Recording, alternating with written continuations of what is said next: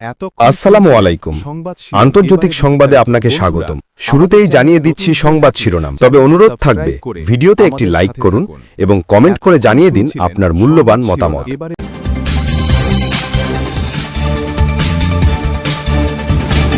গাজার পথে আবারও রওনা দিচ্ছে ত্রাণবহর নেতৃত্বে ফ্রিডম ফ্লোটিলা কোয়ালিশন।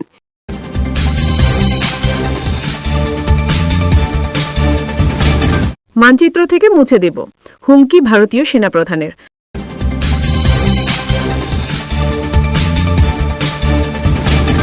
পাকিস্তানের যুদ্ধবিমান ধ্বংস নিয়ে ভারতের নতুন দাবি।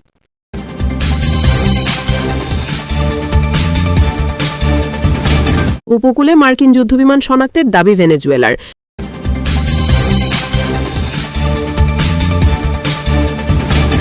হিজবুল্লাহ আরও শক্তিশালী হয়ে উঠছে, দাবি ইরানি স্পিকারের।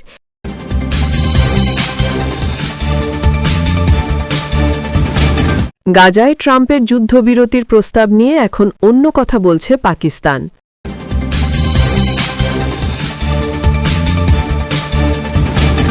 তুর্কি গোয়েন্দাদের জালে ধরা মোসাদ গুপ্তচর, তদন্তে যা জানা গেল।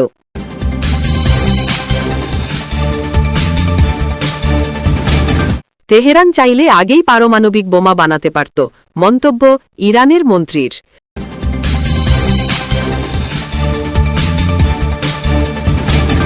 এবার বিস্তারিত খবর। গাজার পথে আবারও রওনা দিচ্ছে ত্রাণবহর নেতৃত্বে ফ্রিডম ফ্লোটিলা কোয়ালিশন। ইসরায়েলি অবরোধে বিপর্যস্ত গাজা উপত্যকার জন্য আবারও সমুদ্রপথে ত্রাণ পাঠাচ্ছে আন্তর্জাতিক স্বেচ্ছাসেবী সংগঠনগুলোর জোট ফ্রিডম ফ্লোটিলা কোয়ালিশন। এক বিবৃতিতে নতুন এই অভিযানের ঘোষণা দিয়েছে জোটটি। এফএফসি জানায়, ইতালি ও ফ্রান্সের পতাকাবাহী দুটি জাহাজ ইতোমধ্যেই গাজার উদ্দেশ্যে যাত্রা শুরু করেছে। গত 25 সেপ্টেম্বর ইতালির ওত্রান্ত বন্দর থেকে প্রথম যাত্রা শুরু হয়, পরে 30 সেপ্টেম্বর আরও 9টি নৌযান বহরে যোগ দেয়। সব মিলিয়ে 11টি জাহাজে প্রায় 100 জন স্বেচ্ছাসেবী ও ক্রু রয়েছেন। তারা শিগগিরই একত্র হয়ে একটি ঐক্যবদ্ধ বহর হিসেবে গাজার দিকে অগ্রসর হবেন। এর আগে চলতি বছরের আগস্টে এই জোট গ্লোবাল সমুদ্র ফ্লোটিলা নামে একটি বৃহৎ ত্রাণ মিশন পরিচালনা করে। সেই অভিযানে যুক্ত হন সুইডিশ পরিবেশকর্মী গ্রেটা থুনবার্গ, দক্ষিণ আফ্রিকার সাবেক প্রেসিডেন্ট নেলসন ম্যান্ডেলার নাতি মান্ডলা ম্যান্ডেলা এবং 44টি দেশের প্রায় 500 জন পার্লামেন্ট সদস্য, আইনজীবী, অধিকারকর্মী ও স্বেচ্ছাসেবী। সেই বহরটি 31 আগস্ট স্পেন থেকে যাত্রা শুরু করলেও গাজার জলসীমায় পৌঁছতেই ইসরায়েলি নৌবাহিনী একটি ছাড়া সব নৌযান আটকে দেয়। আরোহীদের জোরপূর্বক ইসরায়েলের বন্দরে নিয়ে যাওয়া হয়, যার প্রতিবাদে বিশ্বব্যাপী তীব্র প্রতিক্রিয়া সৃষ্টি হয়। তবে নেতানিয়াহু সরকার সমালোচনাকে উপেক্ষা করে অবরোধ আগের মতোই জারি রাখে। এমন পরিস্থিতিতেই ফের যাত্রা শুরু করল ফ্রিডম ফ্লোটিলা কোয়ালিশন। নতুন এই উদ্যোগ আন্তর্জাতিক মহলে নতুন করে মানবিক আলোচনার জন্ম দিয়েছে।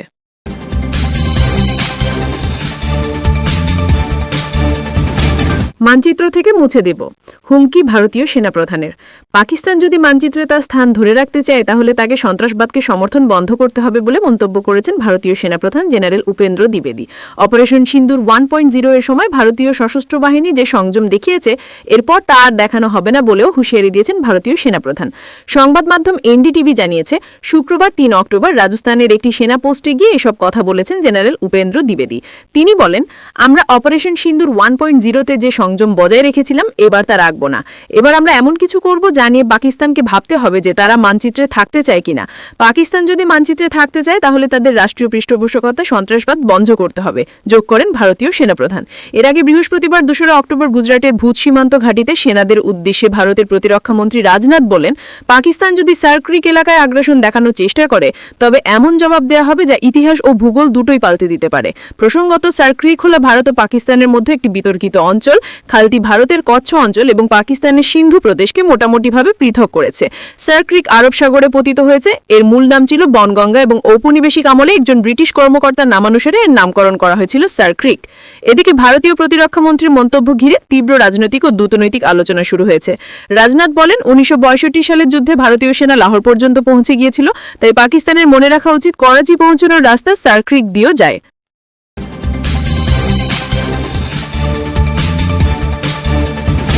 উপকূলে মার্কিন যুদ্ধবিমান শনাক্তের দাবি ভেনেজুয়েলার। ভেনেজুয়েলার প্রতিরক্ষা মন্ত্রী জেনারেল ভ্লাদিমির পাদ্রিনো দাবি করেছেন, দেশটির উপকূলের কাছে 5টি মার্কিন যুদ্ধবিমান শনাক্ত করা হয়েছে। এই ঘটনাকে তিনি যুক্তরাষ্ট্রের পক্ষ থেকে এক ধরনের হুমকি বলে আখ্যা দিয়েছেন। রাষ্ট্রীয় টেলিভিশনে প্রচারিত এক ভাষণে ভ্লাদিমির পাদ্রিনো বলেন, সাম্রাজ্যবাদী এই যুদ্ধবিমানগুলো ভেনেজুয়েলার উপকূলের কাছে চলে আসার দুঃসাহস দেখিয়েছে। একটি বিমান সংস্থার মাধ্যমে যুদ্ধবিমানগুলোর তথ্য নিয়ন্ত্রণ কক্ষে জানানো হয়েছে বলে উল্লেখ করেছেন তিনি। যুক্তরাষ্ট্রের প্রতিরক্ষা মন্ত্রণালয় এ বিষয়ে মন্তব্য মন্তব্যের অনুরোধে তাৎক্ষণিকভাবে সাড়া দেয়নি।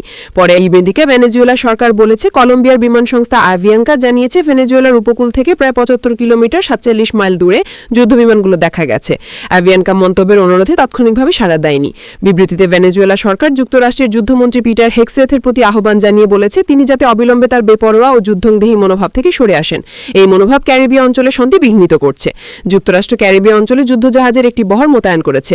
ওয়াশিংটনের দাবি, মাদক চোরাচালান প্রতিরোধে অভিযানের অংশ হিসেবে পদক্ষেপ নেওয়া হয়েছে। এছাড়া ভেনেজুয়েলা থেকে আসা কয়েকটি নৌকা ধ্বংসের দাবি করেছে যুক্তরাষ্ট্র। এই ঘটনায় কয়েকজন আরোহী নিহত হয়েছেন।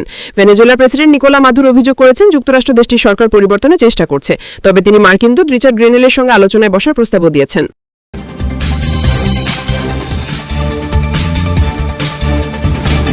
হিজবুল্লাহ আরও শক্তিশালী হয়ে উঠছে, দাবি ইরানি স্পিকারের। ইরানি পার্লামেন্টের স্পিকার মোহাম্মদ বাকের গালিবাফ বলেছেন, হিজবুল্লাহ এখনও বেঁচে আছে এবং তারা ক্রমেই আরও শক্তিশালী হয়ে উঠছে, যদিও অমঙ্গলকাঙ্ক্ষীরা অন্য কিছু দেখাতে চায়। বৃহস্পতিবার ২ অক্টোবর লেবাননের সশস্ত্র গোষ্ঠী হিজবুল্লাহর মহাসচিব হাসান নাসরুল্লাহ ও অন্যান্য নেতাদের মৃত্যুবার্ষিকী উপলক্ষে আয়োজিত এক অনুষ্ঠানে তিনি এ মন্তব্য করেন। গালিবাফ বলেন, ইসলামী বিপ্লবের প্রতিষ্ঠাতা ইমাম খোমেনি একসময় বলেছিলেন, পূর্ববর্তী শাহ শাসন ছিল ইসরায়েলি শাসন ও আমেরিকার হাতে নিয়ন্ত্রিত এক পুতুল সরকার, কিন্তু ইসলামী বিপ্লব সেই পরিস্থিতি বদলে দেয়। তিনি বলেন, হিজবুল্লাহ বেঁচে আছে এবং প্রতিদিনই শক্তিশালী হচ্ছে। প্রতিরোধ আন্দোলন দুর্বল হয়েছে এমনটা ভাবা ভুল। আজ ইসরায়েল, হিজবুল্লাহ এবং লেবাননের প্রতিরোধ শক্তিকে ভয় পাচ্ছে। এসব আন্দোলনকে নিরস্ত করার প্রচেষ্টা ব্যর্থ হবে। তিনি আরও বলেন, ইসলামী দেশগুলোর মধ্যে সহযোগিতা ও সংহতি প্রতিরোধ ফ্রন্টকে শক্তিশালী করে। ইরানি স্পিকার আরও বলেন, আব্রাহিম চুক্তির মতো স্বাভাবিকীকরণ পরিকল্পনা কখনোই প্রতিরোধকে থামাতে পারেনি, ভবিষ্যতে পারবে না।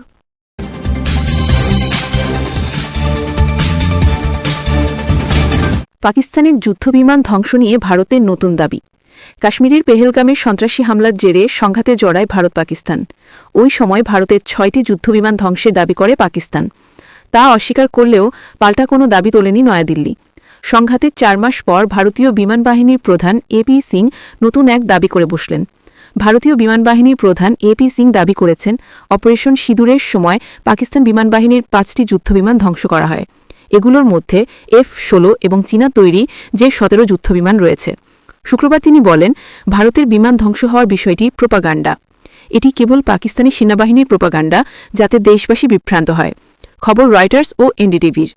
এপি সিং বলেন, জম্মু কাশ্মীরের পেহেলগ্রামে সন্ত্রাসবাদী হামলার প্রতিশোধে ভারত পাকিস্তান ও পাকিস্তান অধিকৃত কাশ্মীরে ৯টি সন্ত্রাসী ক্যাম্প এবং ঘাঁটি ধ্বংস করেছে।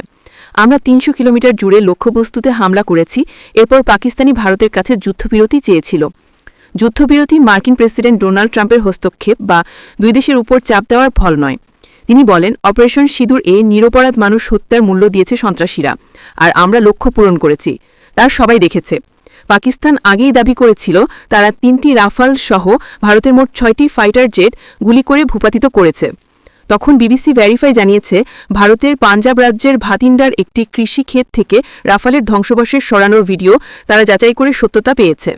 পরে পাকিস্তানের স্বরাষ্ট্রমন্ত্রী সৈয়দ মোহসিন রাজা নাকভি দাবি করেছেন, তাদের হাতে ৬টি ভারতীয় যুদ্ধবিমান ভূপাতিত করার ভিডিও ফুটেজ রয়েছে। তিনি দাবি করেন, আমাদের গোয়েন্দা সংস্থাগুলোর কাছে ভারতের পরিকল্পনা সম্পর্কে আগেই যথেষ্ট তথ্য ছিল।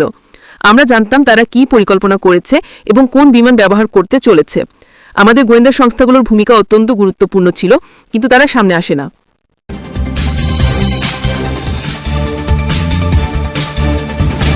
তুর্কি গোয়েন্দাদের জালে ধরা মোসাদ গুপ্তচর, তদন্তে যা জানা গেল। ইসরায়েলের কুখ্যাত গোয়েন্দা সংস্থা মোসাদের সঙ্গে কাজ করার অভিযোগে সেরকান চিচেক নামে এক ব্যক্তিকে যৌথ অভিযানে আটক করেছে তুর্কি গোয়েন্দা সংস্থা। তুর্কি কর্তৃপক্ষ শুক্রবার এই তথ্য জানিয়েছে। তুরস্কের ন্যাশনাল ইন্টেলিজেন্স অর্গানাইজেশন MIT চিচেকের বিরুদ্ধে ইসরায়েলের হয়ে কাজ করার অভিযোগ বিষয়ে চলমান এই তদন্তের নাম দিয়েছে মেট্রন অপারেশন। এমনটি জানিয়েছে হুরিয়েক ডেইলি নিউজ।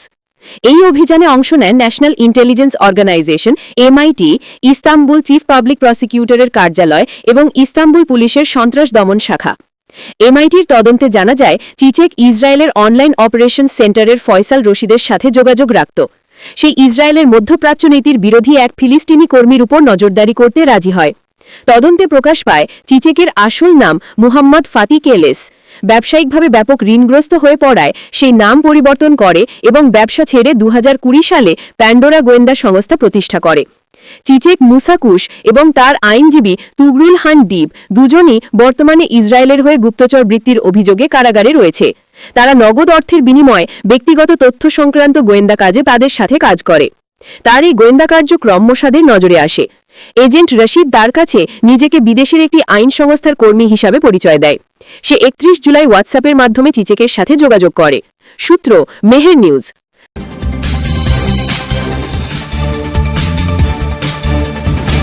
গাজায় ট্রাম্পের যুদ্ধবিরতির প্রস্তাব নিয়ে এখন অন্য কথা বলছে পাকিস্তান। ফিলিস্তিনি সশস্ত্র গোষ্ঠী হামাস ও দখলদার ইসরায়েলের যুদ্ধ বন্ধে গত সোমবার 20 দফার যুদ্ধবিরতির প্রস্তাব ঘোষণা করেন যুক্তরাষ্ট্রের প্রেসিডেন্ট ডোনাল্ড ট্রাম্প। তিনি প্রস্তাবটি প্রকাশের পরই 8 মুসলিম দেশ এটিকে স্বাগত জানায়, যার মধ্যে পাকিস্তানও রয়েছে। তবে পাকিস্তানের পররাষ্ট্রমন্ত্রী ইসহাক দার আজ শুক্রবার 3 অক্টোবর জানিয়েছেন, ট্রাম্প যে প্রস্তাব ঘোষণা করেছেন এটি তাদের দেওয়া প্রস্তাব নয়।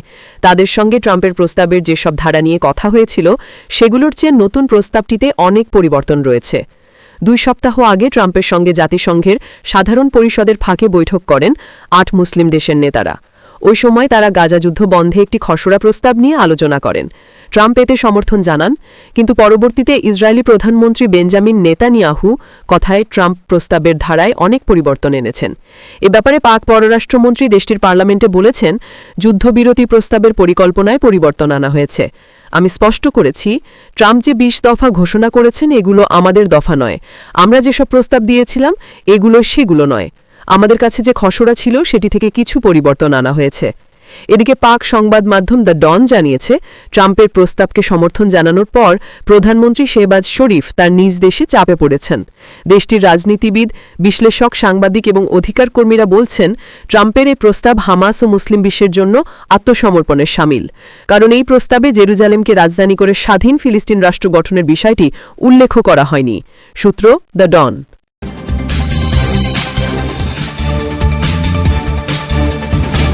তেহরান চাইলে আগেই পারমাণবিক বোমা বানাতে পারত, মন্তব্য ইরানের মন্ত্রীর। ইরানের সংস্কৃতি ও ইসলামী নির্দেশনা মন্ত্রী আব্বাস সালেহি বলেছেন, ইরান চাইলে আগেই পারমাণবিক বোমা বানাতে পারত, কিন্তু তেহরান কখনো পারমাণবিক শক্তিকে অশান্তিপূর্ণ উদ্দেশ্যে ব্যবহার করার চেষ্টা করেনি।